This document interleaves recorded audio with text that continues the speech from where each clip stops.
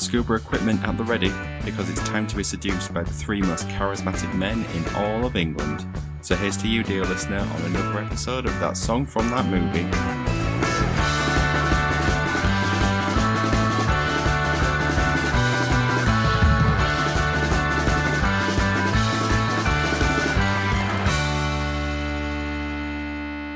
This is something new. Casper Slide Part 2. Featuring the Platinum Band. And this time, it's gonna get funky. Thank you for joining That Song from That Movie, the journey through the very best and worst of movie songs. I am your pretty half-baked host, Dietrich, and we're joined by the man who Jesus loves more than you will know, Alex. And more than I'm willing to express in this podcast. I thought I'd go back to giving you the nice ones. Thanks, Dee. It's only because we're also joined by a socially awkward and very off-putting man called Ben. Ben. Yeah, I really empathise with this film. I thought you might. It speaks directly to me. Little did you know, I was once a graduate too.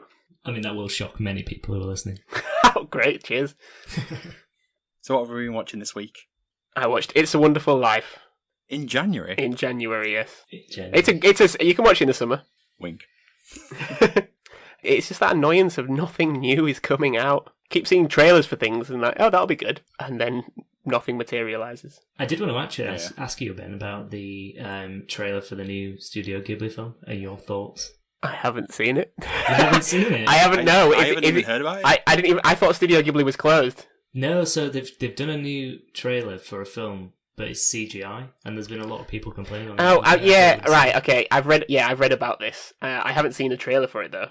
Oh, you haven't seen the trailer? Yeah, have a look on. It's on YouTube, I think. I don't like that. It looks odd, but I wasn't as against it as many people seem to. What's the film called? I can't remember what it's called. I know it's another Diane Wynne Jones book, like Howl's Moving Castle, but I can't remember what it's called. The CGI is in the same style as the normal animation, so it looks really odd. Oh wait, it's not that Earwig and the Witch thing, is it? Yes, that's it. It is that. Okay, I have seen the trailer for that then. Quite a while ago. I don't like it. I don't want things to ruin my things. Stop ruining my things, people. Damn you, technology. I didn't think it looked too bad. I thought it looked quite weird and unusual. I hate change. Yeah. I also hate quadrilogies. Can't go an episode without you mentioning Toy Story 4. Or referencing it anyway. But what about you, Alex? What did we watch? We watched a film this morning which was called The Greatest Store in the World. Oh, The Greatest Story in the... What was it called? The Greatest Store in the World, I think it was called. Had a long-lasting impact on your life, clearly. I was trying to think what it's going to do, because I'm getting it confused with The Greatest Story Ever Told, which I think it is a play on that, because it is a Christmas film. Also watching it in January.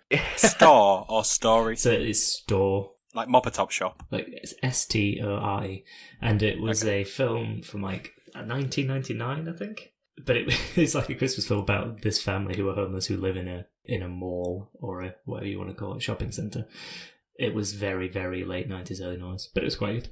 Very Christmassy, very warm. Good for January. Definitely. We're letting out many industry secrets here. You mean the podcast isn't live? Yeah. Thank God. Yeah, true. Well, I have watched the second Pirates of the Caribbean movie this week, and I'm now at the tipping point where it starts to go towards crap. Starts?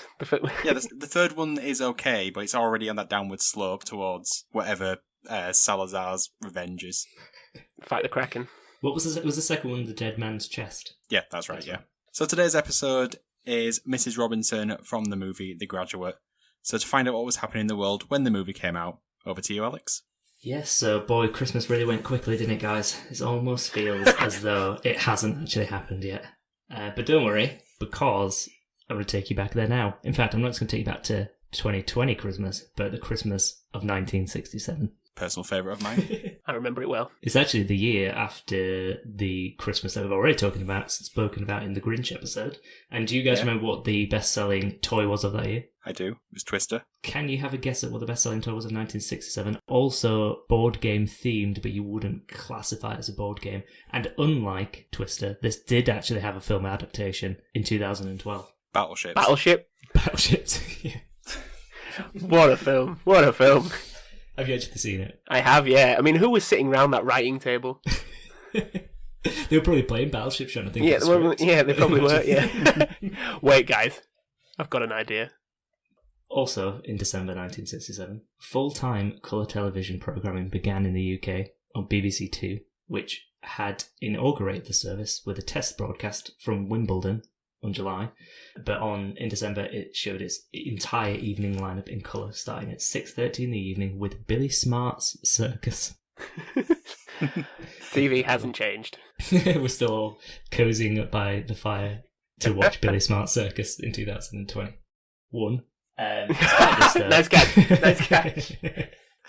So BBC Two was in colour, but BBC One was not in colour. Exactly, and this is what I'm going to come to in a second. So despite this, when the Beatles' Magical Mystery Tour first aired on BBC One later in the month, it was in black and white, which upset the band because the psychedelic elements were lost. I mean, when you've got something as controversial and as scary as colour being introduced to the wider public, it might induce a peasant's revolt. So you've got to be careful with these things when you introduce magic into the realms. I like though that they started with Wimbledon. Lots of green. One easy. colour. No, but that's the bad though, isn't it? Because the one colour you don't really want to start with is green because it really glares. Wasn't it? Didn't all colour TVs just burn into the screen? Like when you turned it off, you could still see the image. I don't know. If you watch that, you know that girl, standby thing. It was like that girl with the puppet. Oh yeah, with the clown. Yeah, I think if you left it on too long, you could like wake up in like a nightmarish fever dream and just stare at your screen, and she's there, just even. I'm pretty sure you're just thinking of multiple episodes of the TV show Life on Mars, because that is exactly what happens. Oh really? I have not seen that. Unless that was based on this concept, but that does happen in Life on Mars. Yeah. Anyway, further news. So Otis Redding recorded Sitting on the Dock of the Bay on the 7th of December, 3 days before his accidental death on the 10th of December at the age of 26, when his plane crashed into Lake Monona in Wisconsin. But that's it, really. That's the news. And obviously also the film The Graduate came out. We're being very efficient today. Trying to keep up a pace. On the ball. Bit of a cold. Because we're into a new era of that song from that movie in 2021. 2021 is all about efficiency. Directed by Mike Nichols, written by Buck Henry and Calder Willingham, and based on Charles Webb's 1963 novel of the same name. The Graduate tells the story of Benjamin Braddock, played by Dustin Hoffman, a recent college grad who has become disillusioned with his future after a lot of not doing very much, such as standing at the bottom of his parents' pool in full scuba gear. The story takes a turn when Ben is seduced by the older Mrs. Robinson and then subsequently starts a relationship with her daughter Elaine. Now, have we seen this film? And if so, what did we think? So yes, I have seen this movie. I watched it yesterday. Oh, good lad. What was it on? Question mark. Yeah, moving on. Very legal places. Yes, all the legal streaming services.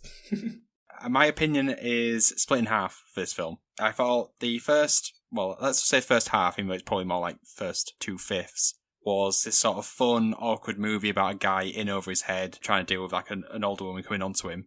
But I thought the second half, where it was dealing more with his relationship with Elaine, was this sort of creepy stalker movie that obviously I know it came out before it, but it had massive American Psycho vibes to it. So yeah, that's where I am with it. What about you, Ben? Can't say I've ever compared it to American Psycho.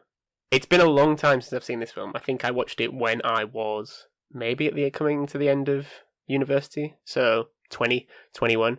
And found elements to empathise with, and I would quickly add that none of that relates to an older woman. I still hold it in memory in high regard. I think it's it's famous because it is one of the, I think, best coming-of-age films. I think still has a lot of relevance to today, in that delirium from leaving university or college of like, what am I going to do with my life? And not really understanding what the future holds, and maybe just trying to distract myself with temporary entertainment. I think for people who haven't seen it, who are thinking of watching it, I think you could still get a lot out of it, and it hasn't dated. Obviously, there's elements of it, but I think it still would hold up if I watched it. It's interesting, both of your comments there from the two of you, because they kind of do touch on what a lot of people think of it. So, like with what you said about it being like a film of two halves, a lot of the reviews at the time felt similar. Like the beginning of the film felt like it was going to be this really new, fresh take on sort of this coming-of-age story, and that it had something really special in the latter half laid down. So there was a lot of reviews of that at the time. And similarly, Ben, with what you were saying about it still holding weight now, or that it hasn't aged much, it's interesting that because... So I think in 1997 it was 7th on the AFI Greatest American Movies list. What? Yeah, in 2007 it dropped to 17th, so it dropped 10 places. And there's this sort of more contemporary view of it where, again, they're going back to this thing that the opening half is really strong and then it loses its way in the second half. I can see that. I kind of get it, but that sort of, for me, is what makes the ending so strong, because Yes. it kind of, which I think is what I'd like. I mean, the beginning and the ending are the two parts of the film that I think are really, really iconic, but we'll maybe go into those a bit later. You have that sort of like really joyful euphoria of triumphing over like the cruel rules of the world at the end when he breaks up the wedding. Spoiler alerts. Although it's too late. But then that moment it just like lingers just that little bit too long on the bus and you sort of get that famous what now moment. And it just really echoes the beginning. So you have this sort of journey to come to the same outcome that you started with. And I think it does really encapsulate kind of how a lot of people felt when they leave college or university and they don't know what to do. And so he sort of finds a purpose, but then loses it instantly again at the end. Actually, I think it's just a really powerful ending, but I do take your point here about that sort of second half where he's like, it is a bit creepy. And I think a lot of people were commenting on that in the reviews that I read as well, that it does sort of become a bit stalkerish the way he sort of just keeps showing up. And the fact that she is the daughter of the woman that he had been having an affair with. Yeah, just constantly going, get a blood test. Come on, get a blood test. For me, get a blood test.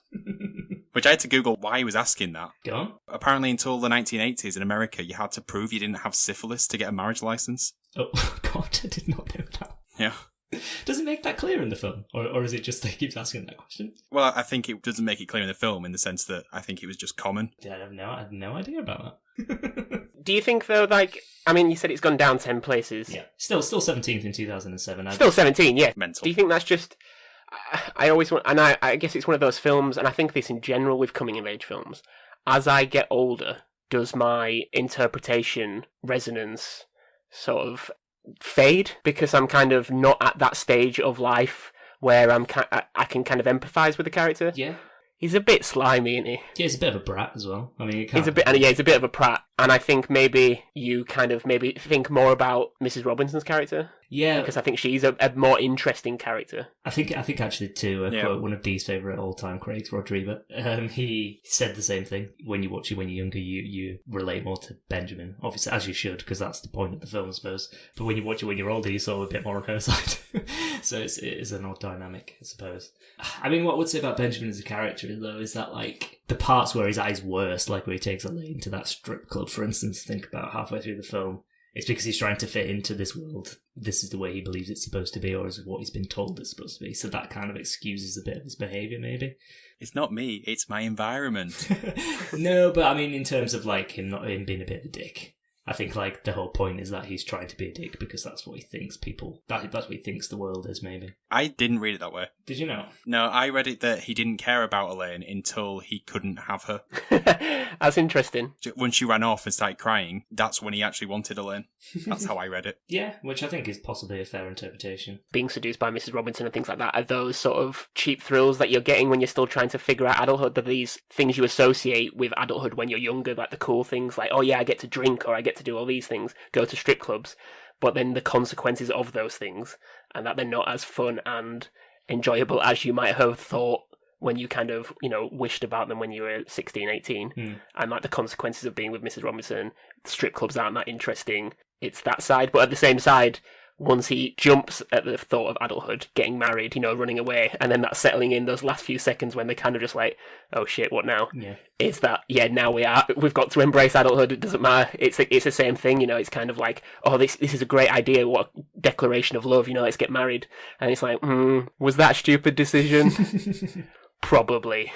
I think that sort of goes back to what I was saying, that at that point, he's got her again, so now he doesn't want her. It's like JD in Scrubs. Yeah, it is exactly like JD in Scrubs, actually. Should we talk about the song anyway? Actually, no. Before we do that, I could just touch on the casting because it's quite interesting with the casting of this film because so many people applied for the roles. It's literally like a who's who of like really famous actresses, especially for Mrs. Robinson's role from this period. So Sophia Loren, Judy Garland, Rita Hayworth, Susan Hayward, Deborah Kerr, Gene Simmons, Anne Baxter, Shelley Winters, Angela Lansbury. No, she wrote. That'd have been a different film. Yeah. But even like for the other roles, so like Elaine, like Faye Dunaway was considered, Shirley MacLaine, Raquel Welch. Interestingly, like Dustin Hoffman, this was like his first role, and actually he only got paid just $4,000 after taxes for this role. Wow. And a lot of people, there was a lot of not particularly pleasant reviews at the time of his performance. But I think they just sort of said they went with him because he came in, he was really awkward and that fit the role. Because they sort of considered Robert Redford, but I think, and Warren Beatty actually. But Warren Beatty and Faye Dunaway both turned down the roles because they were both in Bonnie and Clyde like the same year, I think. But Robert Redford would not have been right in this role. It would have been, way too slick and cool. Yeah, he has never struck out. Yeah, exactly. It wouldn't have been believable at all, would it? Let's just put it that way.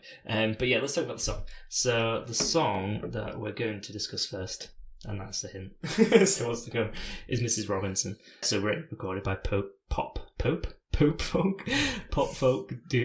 can't say the word folk. Pope Funk Band. That is a genre that I am willing to explore. Pop folk duo Simon and Garfunkel. Before we go into the details of how the song came about, do you have any initial opinions about the song, its use in the film, maybe? I knew the song well before I've seen the movie.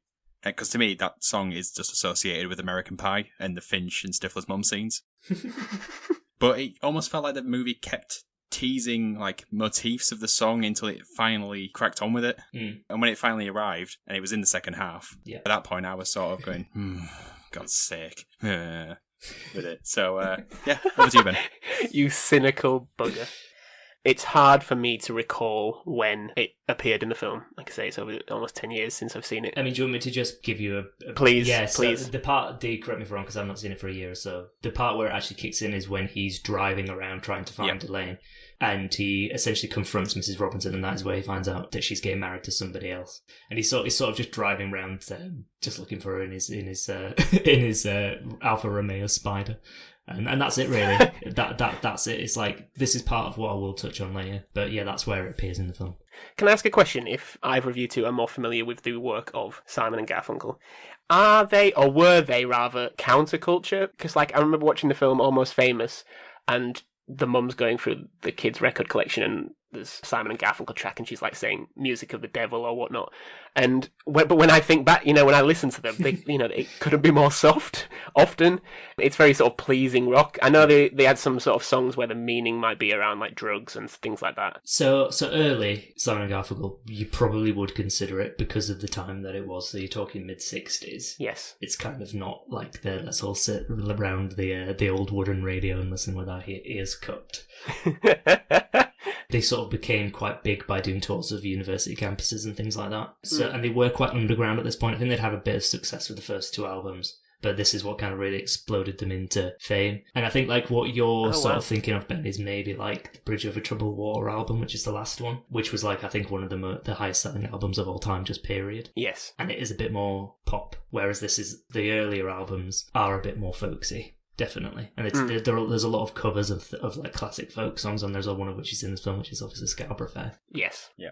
So it was more counterculture, which I think is why it fits more, and probably did fit more at the time. I suppose maybe in retrospect, it doesn't necessarily look like it. Yeah. Do you want some facts about the song? Oh, please. Its creation. So director Mike Nichols spoke to Columbia Records about including Simon and Garfunkel songs in the film after binging on their music over a 2-week period. And they actually used a couple of the songs as placeholders. And Sound of Silence, for one, which is the song we will talk about later, I've mentioned it now. They used that as a placeholder in those two scenes. So I've contacted them, and Paul Simon wasn't initially convinced by the project, stating that doing a movie was akin to selling out. Yeah, I mean, that's counterculture. Yeah. But I mean, it's embarrassing considering his performance in Annie Hall. But let's not go into that again. I didn't even know he was in Annie Hall. Yeah, it's an embarrassing performance. But he did eventually agree to write a couple of songs after meeting Nichols, who impressed him with his wit. That was a quote. Impressed him with his wit. So after several weeks, Simon pitched a couple of songs, two of which, So Punky's Dilemma and Overs, would eventually feature on the album Bookends, which was the album that features the official version of Mrs. Robinson that came out. But Nichols rejected both songs, he didn't like them. And they said they'd been working on a song, possibly originally entitled Mrs. Roosevelt, although there are a lot of contrasting versions of the story. It's kind of like a John Barry situation where there's like 10 different versions of the story of how this song came about. But what is clear that they played the song in progress using D's and do's, D, D, D, D, D, etc. And Nichols loved it, exclaiming something like, "It's Mrs. Robinson now." And there's several different versions of who actually was the one who said it's called Mrs. Robinson. That's the one that I found the most believable. That's really interesting.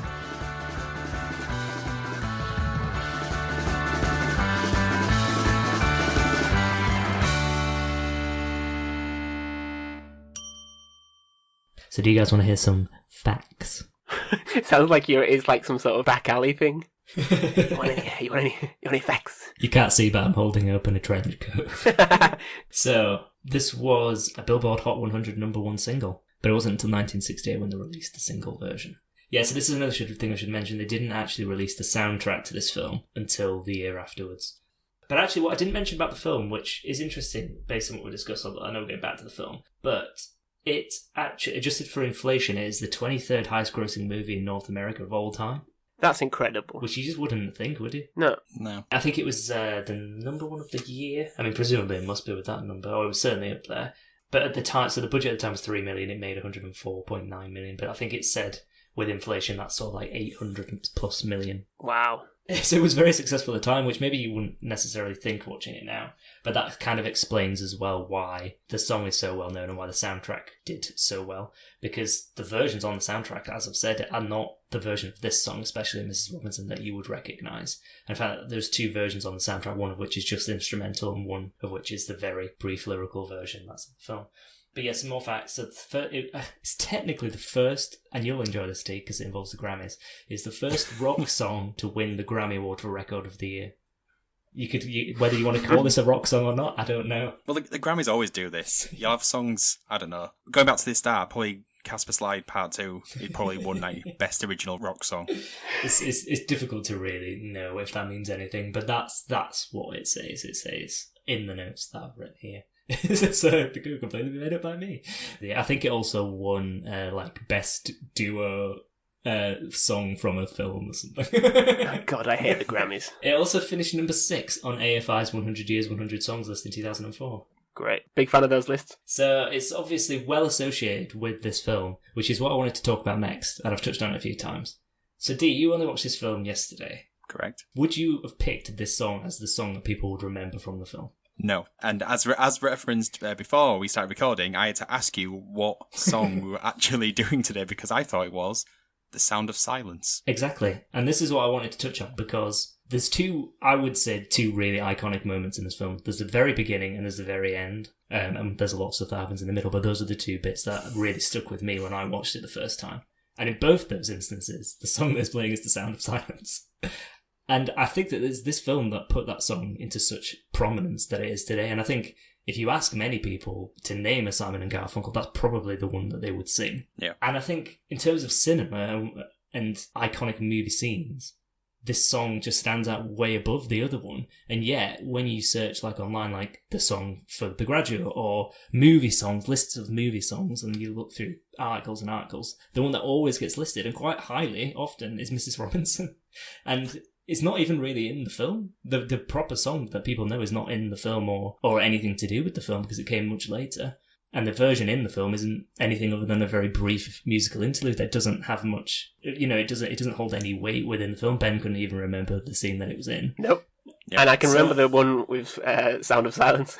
Exactly. You probably. I haven't even said what happens in the opening scene, but I'm sure you can remember it. Yes. Because they're both cinematically quite stunning, I think, both those two scenes, and you can say what you want about the rest of the film. But I think that those two really hit the correct note of the message that the film is trying to put across. And really, the first scene especially, I think, just like sets up the story so well that I just don't understand why it's Mrs. Robinson that everyone always references, but maybe that's a rant over and done with. I don't know what you guys think. Well, I assume it's because of the lyric and that's it. That's literally it. Yeah, it has to be, doesn't it? Because the quote, Mrs. Robinson, are you trying to seduce me? I think a lot of people know that. Mrs. Robinson, the song, I think it's basically just a tying of those things. Yeah. And what's so funny about that is the song, it wasn't even called Mrs. Robinson to begin with. No, it's literally no relevance to the film. And in fact, so this is interesting. You would think that the song being called Mrs. Robinson, the character Mrs. Robinson, that the song was written for the film and so would be eligible for a nomination for an original song at the Academy Awards, but it wasn't. What? Yeah, so it wasn't eligible because it wasn't written exclusively for the film. which is just the biggest irony when we're talking about what we've just been talking about there.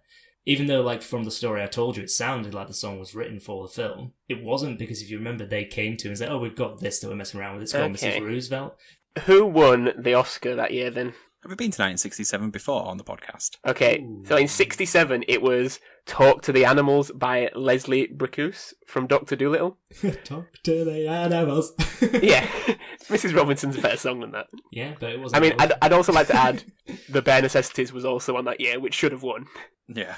I think that just further proves the point about the song Mrs. Robinson and why it shouldn't be the song that people associate with this film. Going back to what I referenced on the podcast before, that opening sequence, I very much enjoyed it because I love opening credit sequences where it's just names, not much going on, but you learn so much about the character in that sort of 2.5 minutes when it's basically just him stood on that travelator conveyor belt thing.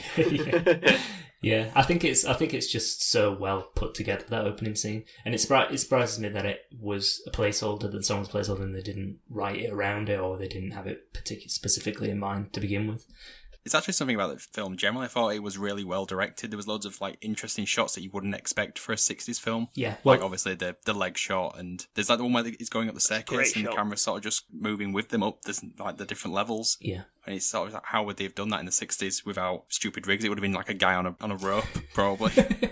Well, you'd be glad to know, Dee, that it did win Best Director at the Academy Awards and it wasn't nominated for Best Original Song. So Adds up. Mike Nichols is a great director. Yeah, and I think that that's maybe why one of the reasons why the film is held in such high regard, because of the direction of it. And it's a very interesting film to look at, and there, like you say, there's interesting shot choices all the time. Yeah, and I imagine the use of a pop group, whatever you want to call them. I mean, 67, I feel that's still quite early for that sort of connection. I'm just kind of looking through the winners of the Best Original Song at the Oscars in years before, and it's all the same names, these composers repeatedly. And yeah, I think it does really stand out. And like, I find it weird that this was Dustin Hoffman's one of his earlier films, because he was actually a lot older than his character, wasn't he? He was 30, yeah. He was That's mad. I know, yeah. But I don't think it was just one of his early films. I think it was his first film. I think this is his first one. Yeah, that is incredible. Yeah. Anne Bancroft wasn't actually that much older than him, was she? No, which is part of the reason why she was chosen over some of the actresses that are listed, because he didn't want her to be too old. But obviously, in terms of the character, I think she was 35, so she was 5 years older than Dustin Hoffman. She was like 50, so 15 years older than what he should be, or 14 or whatever. But yeah, actually, in terms of the actors, it's not that much of an age difference. Dustin Hoffman must have had a pretty meteoric rise then from like 30. Well, they got Midnight Cowboy there, but like, And he was also in Kramer versus Kramer, which was a big massive film. Yeah, Meet the Fockers. I think he's been in 3 Best Picture winners. Rain Man was another one. All the President's Men. Like, what was it, Marathon Man? Marathon Man, yeah. And Tootsie. Tootsie, yeah. It should be in a different league, really. A different kind of film. So, top 5. Now, I always find the American graduation weird. It's something that's completely alien to us Brits. There's so much sort of celebration and ceremonial stuff, not just in the award, but like just things going on around it. Especially high school. I'm still amazed by like the high school football. They've got like thousands of people going to watch them. How many people watched you playing? How many people watched you playing football, Alex, at high school? Probably like 3. Including your father. And then the subs. Yeah, I think college football gets like higher attendances than like NFL and stuff, doesn't it? Yeah, it does, yeah. That is ridiculous. And so there's all this sort of weird around graduation. But I scoured the internet for what are the top 5 graduation films. Now, this includes both college, as in American university graduation, and high school graduation films. So what films immediately jump to mind when you think of graduation? High School Musical 3. Now, that was only on one list. And I can't even shame the website because I've moved straight past it. I will also shout out in the same vein, the Lizzie McGuire movie was on a list. Maybe I was on the Disney Channel website. Oh, dear. Do I have to say American Pie? You know what? I never saw American Pie on one list. That's crazy. Yep. Mean Girls? Mean Girls was on... and the Lizzie McGuire movie, whatever the website was, it was the first. It was the first film. Maybe it was HillaryDuff.com. Maybe it was HillaryDuff.com. No, none of these films so far. So something like Superbad, maybe? Was that Superbad was the 5th most used film on these lists. I can't think. The one that came out recently that I really liked, I've forgotten the name of it. Booksmart. Booksmart. Was Booksmart? Booksmart was 6th. No, most. 6th. Are they kind of like, are they all pretty much like sort of teen movies? The Graduate is on the list. That's The Graduate is on the list, but he's like, there is no graduation in that. No, but I guess it's called The Graduate. Maybe people just assume that, not even having seen it. The most used film was I don't even see it as a graduation, but it involves Grease. quite a funny scene in which it involves a graduation video when she's going from university to a different type of school. I was thinking, is it Legally Blonde? But It is Legally Blonde. well, because I remember the scene at the end is a bit like a graduation, isn't it? But that's when she's There is. graduating law school. She also does graduate like at the start because she's then choosing what to go to law school because she uses that that's graduation video when she's in the swimming pool, Yeah. which is all a kind of the reason why she gets into the school. Was Grease not on there? Grease was on some lists, but not on most. So how many have we actually got so far? Well, we've got 3. Yeah, so you've got Legally Blonde, you've got The Graduate, you've got Superbad. 2 more. The Amazing Spider-Man 2. You're not good at this, Dietrich. I'm literally just trying to think of graduation scenes. One was quite a well-loved film from about 2 years ago on a lot of lists. Ladybird. Ladybird, yes, there you go. I don't remember a specific graduation scene though in Ladybird. Yeah, well, I think she graduates at the end, doesn't she? It's like the last year. The other one, I'll give you a clue. I keep getting older, but they stay the same Dazed and age. Confused. Dazed and Confused. Other notable mentions include Perks of Being a Wallflower, The Social Network, which I wouldn't consider a graduation film, St. Elmo's Fire, Kicking and Screaming, which is a great film, and Into the Wild. But not the Lizzie McGuire movie. There was such a huge blurb about it as well. Well, you were on LizzieMcGuire.com. Yeah, true. I was on hillaryduff.com. So now it's time for the ultimate question of movie or song. Confusingly, it's actually going to be Mrs. Robinson versus The Graduate. Alex, go ahead. Yeah, if we're discussing Mrs. Robinson, which we agreed we would be, then I would choose film, definitely. I don't think the song adds anything. I do like the song, but the version of the song I like is the version that everybody knows, which is not the version in the film. There is a fundamental difference between the two, and one of them is a complete full song and one of them isn't. And I just think, like, the scenes where it features, it adds nothing. Well, it doesn't add nothing. Like, I think it fits well in terms of, like, mapping his sort of running around the city and, you know, keeping that tempo up and stuff like that. But it doesn't have the same impact that Sound of Silence has. I think if that was the question between Sound of Silence and The Graduate, it maybe would be a bit different. But then again, it's because of its association with the film that I like it so much. So I think I will say film. Yeah, it's interesting that because I think Sound of Silence has been used in quite a lot of other films as well, which I think it is a much superior song. If it is this weird pseudo Mrs. Robinson, then yeah, I can't remember that. I ain't got a clue what that is. And I remember the film and remember it fondly. And even if it was the original Mrs. Robinson, I'll still take the film. It's one of the iconic coming-of-age films. Because I wasn't exactly impressed by the whole film, and this song comes in the second half of the film, the bit I don't like, I don't really know what to pick, to be honest. Just so pick the it's a first good half job. of the film. It's a good job you two came to a decision. Unanimous decision. Not really unanimous. But I It will still be. get a vote. Unanimous decision. Thanks, Steve. Okay, so that brings an end to another episode of That Song from That Movie. Let us know what you think of The Graduate and which song you think is actually the song from The Graduate. You can do that on Twitter. What is our Twitter handle, Ben? TSFTM Pod. Yeah, get in touch, like and retweet everything.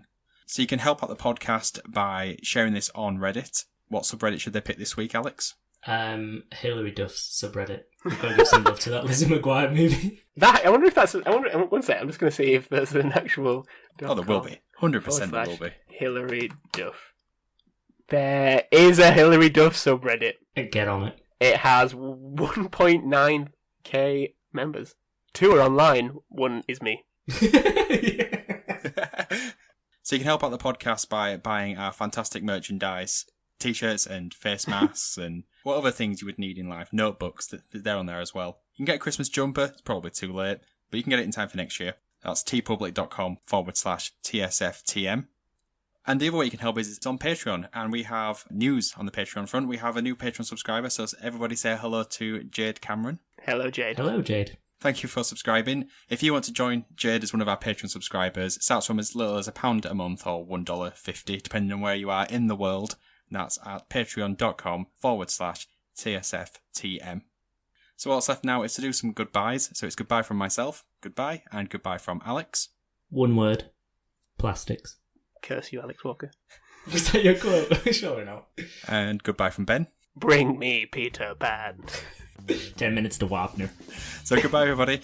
Goodbye. Bye. Bye.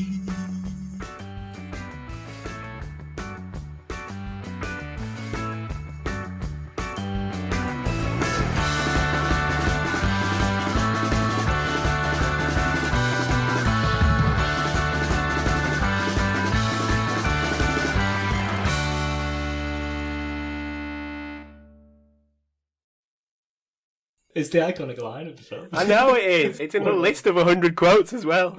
How is it? Plastics.